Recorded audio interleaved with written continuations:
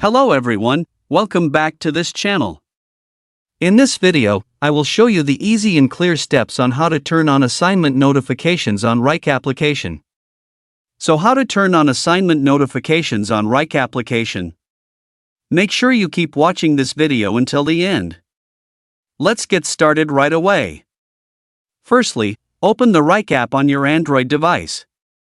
This is the initial screen of the Wrike app. Next, tap the three-line icon at the bottom right. Tap New Settings. Tap Push Notifications. Tap Manage Inbox Notifications. And tap Assignment. So that's it, tutorial how to turn on assignment notifications on Wrike application. Thank you for watching. I hope this video was helpful. See you in the next video.